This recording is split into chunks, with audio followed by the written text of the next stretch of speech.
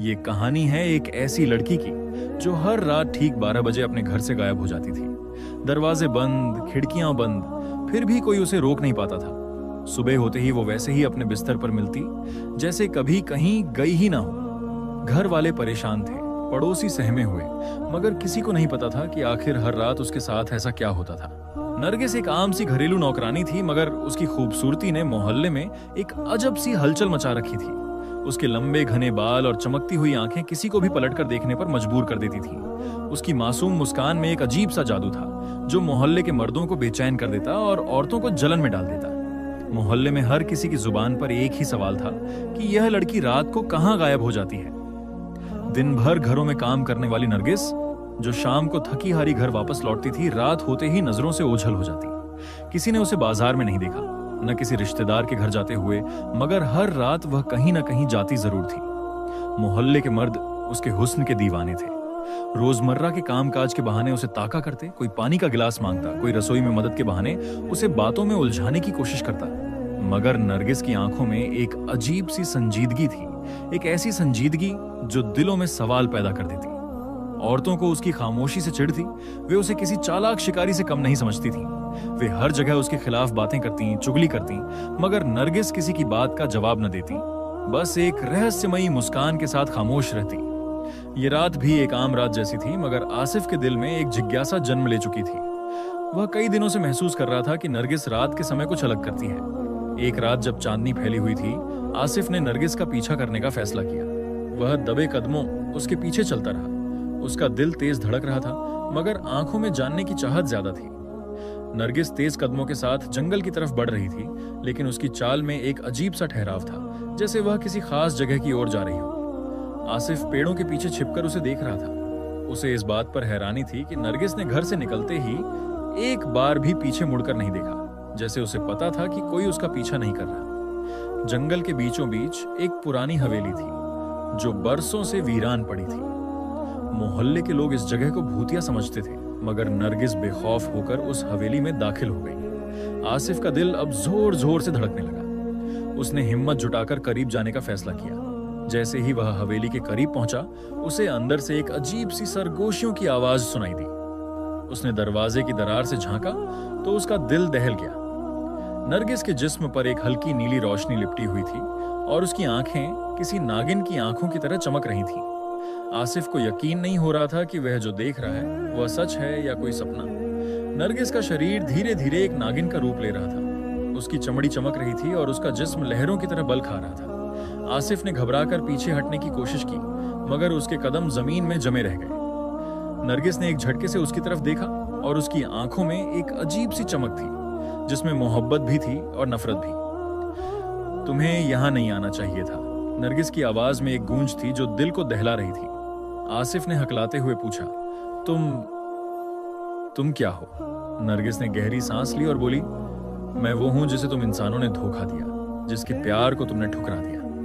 अब मैं तुम सबसे अपना बदला लेने आई हूं। उसकी आवाज में एक दर्द था, एक ऐसा दर्द जो सदियों पुराना महसूस हो रहा था। आसिफ ने भागने की कोशिश की, मगर नरगिस की आंखों ने उसे जकड़ लिया। उसकी आंखों में एक ऐसी ताकत थी जो इंसान को पंगु बना देती थी। नरगिस ने धीरे धीरे उसकी तरफ कदम बढ़ाए। आसिफ का जिस्म पसीने से तरबतर था। उसकी सांसें उखड़ रही थीं, मगर उसकी निगाहें नरगिस पर जमी थीं। अचानक नरगिस रुकी और आसिफ की तरफ देखती हुई बोली, तुम मुझसे क्यों डरते हो? मैं तो बस अपना हक लेने आई हूं। तुम मर्दों ने हमेशा औरतों को कमजोर समझा है, मगर मैं तुम्हें दिखा दूंगी कि कमजोरी क्या होती है। आसिफ ने आंखें बंद कर लीं, मगर नरगिस ने उसे कुछ नहीं कहा।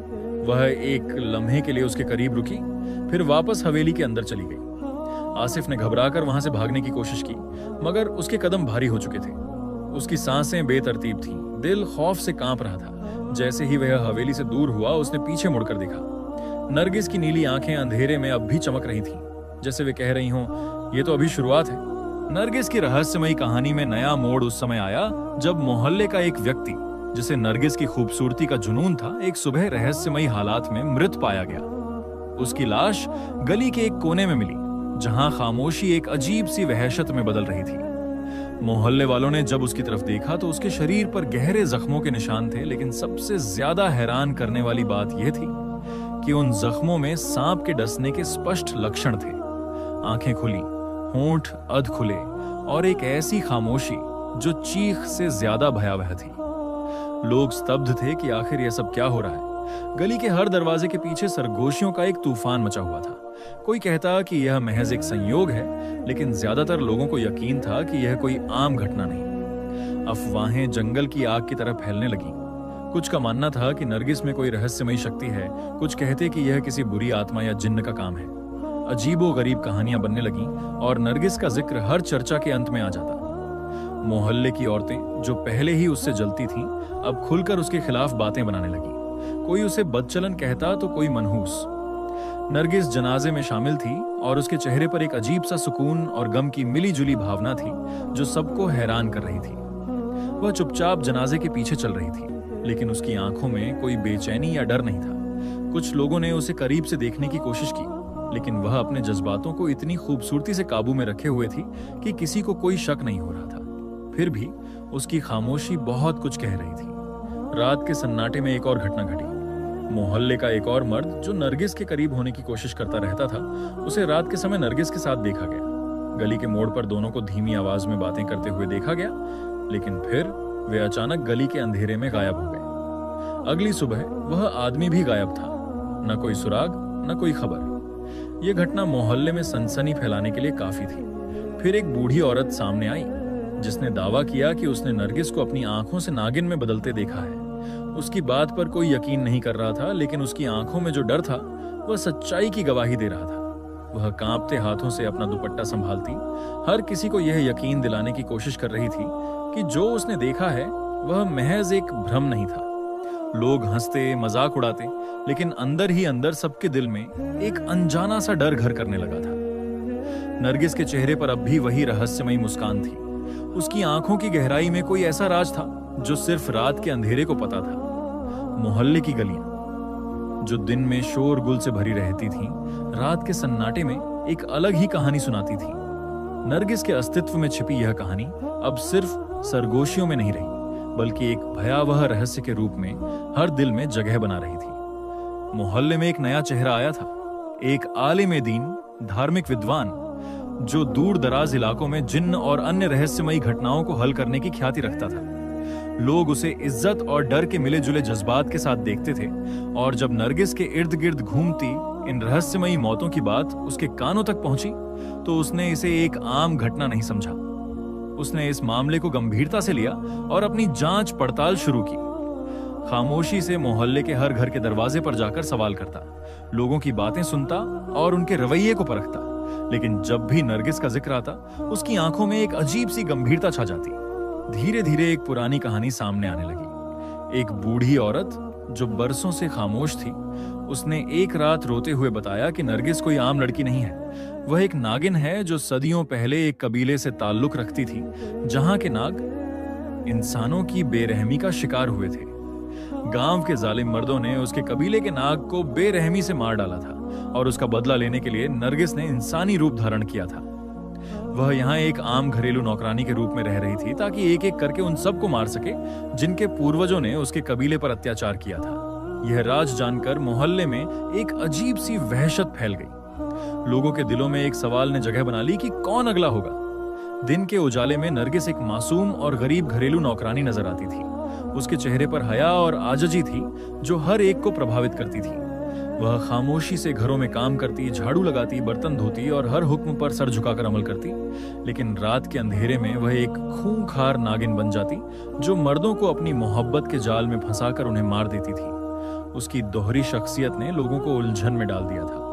कोई यकीन नहीं कर पा रहा था कि यह वही नरगिस है जो दिन में इतनी मासूम नजर आती थी। एक और रात एक नया हादसा हुआ। मोहल्ले का एक और मर्द जो नरगिस के हुस्न का दीवाना था, अचानक गायब हो गया। उसके दोस्तों ने उसे आखिरी बार नरगिस के साथ देखा था। वह उसके पीछे पीछे गली के नुक्कड़ तक गया था, जहां नरगिस ने मुस्कुराकर उसे अपनी तरफ बुलाया था, लेकिन उसके बाद वह कभी वापस नहीं आया। अगली सुबह उसकी लाश करीब के मैदान में पाई गई, जहां उसके जिस्म पर भी सांप के डसने के निशान थे। उसकी आंखें खौफ से खुली हुई थीं और चेहरे पर ऐसा तासुर था जैसे मरने से पहले कुछ नागाल बयान देखा हो। इस वाकये ने मोहल्ले को पूरी तरह खौफजदा कर दिया। लोग अपने घरों में कैद हो गए। रात को दरवाजे मकफल किए जाने लगे और कोई भी बिला जरूरत बाहर निकलने की हिम्मत नहीं करता था। औरतें अपने शौहरों को नसीहत करती कि नरगिस से दूर रहें, और मर्द जो कभी उसकी मोहब्बत में गिरफ्तार थे अब उसका सामना करने से कतराते थे। लेकिन नरगिस के चेहरे पर अब भी वही रहस्यमयी मुस्कान थी। ऐसा लगता था जैसे उसे मालूम था कि उसके शिकार कब और कहां आएंगे। आलिम ए दीन जो इस मामले को हल करने आया था, उसने अब अपनी तवज्जो नरगिस पर मरकूज कर दी थी। वह समझ चुका था कि यह एक आम इंसान का मामला नहीं। उसने कुरान की तिलावत शुरू की, दुआएं पढ़ी और मोहल्ले वालों को सब्र व हौसले की तलकीन की। लेकिन नरगिस की आंखों में एक ऐसी चमक थी जो उसके अल्फाज को बेअसर बना रही थी। वह जब भी नरगिस को देखता उसे महसूस होता जैसे वह किसी और दुनिया की मखलूक के सामने खड़ा है। एक ऐसी मखलूक जो सदियों का गुस्सा अपने अंदर समेटे हुए थी और अब उसके रास्ते में कोई भी आए उसे खत्म कर देने पर तुली हुई थी। मोहल्ले के लोग बेबस थे।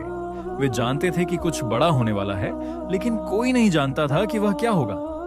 नरगिस की दोहरी जिंदगी, दिन में मासूम और रात में खूंखार, अब एक खुली किताब बन चुकी थी।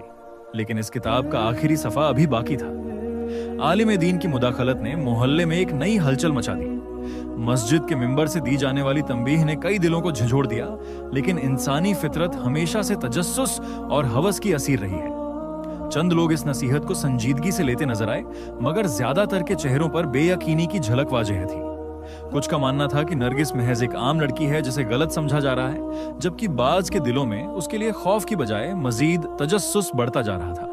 नौजवान फहद जो नरगिस से सच्ची मोहब्बत करता था, उन चंद लोगों में से था जो उसकी हकीकत जानने के बावजूद उसके करीब रहना चाहते थे। उसकी आंखों में नरगिस के लिए एक ऐसा जज्बा था जो दूसरों से बिल्कुल मुख्तलिफ था। वह नरगिस को एक नागिन के तौर पर नहीं बल्कि एक दुखी रूह के तौर पर देखता था, जो दुनिया के जुल्म व सितम सहते सहते पत्थर दिल बन चुकी थी। नरगिस को समझने का यह झाविया फहद को दूसरों से अलग करता था, और शायद यही चीज नरगिस के दिल में भी एक हलचल मचा रही थी। लेकिन मोहब्बत और फितरत का यह तसादुम आसान नहीं था। नरगिस के दिल में एहसासात तो जाग रहे थे, मगर उसके अंदर की नागिन सदियों की नफरत का बोझ लिए घूम रही थी। वह अपने इंतकामी आग को भुलाने के लिए तैयार नहीं थी। हर बार जब फहद नरगिस के करीब आता, उसकी आंखों में एक अजीब सी चमक नमूदार हो जाती, जैसे वह अपने दिल और फितरत के बीच किसी जंग में गिरफ्तार हो। आलिम दीन ने नरगिस को रोकने की कोशिश की, उसे उसके वजूद की खूबसूरती की याद दिलाई, लेकिन नागिन की फितरत अब काबू से बाहर थी। वह हर उस इंसान को खत्म करना चाहती थी जो उसके माजी के जख्मों का जिम्मेदार था।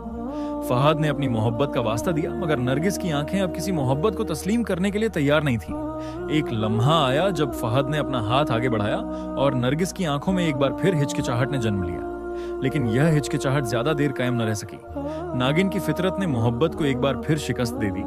उसके वजूद में सदियों की नफरत का जहर भर चुका था, जो एक लम्हे में खत्म नहीं हो सकता था। लेकिन फहद की मौत के बाद नरगिस के आंसुओं की बारिश हुई, जो शायद इस बात का ऐलान था कि मोहब्बत कभी मरती नहीं। शायद नरगिस के दिल की गहराइयों में कोई ऐसा दर्द था जो अब तक उसे जीने नहीं दे रहा था, और यही दर्द उसे बार बार इंतकाम लेने पर मजबूर करता था। नरगिस के दिल में एक तूफान बपा था।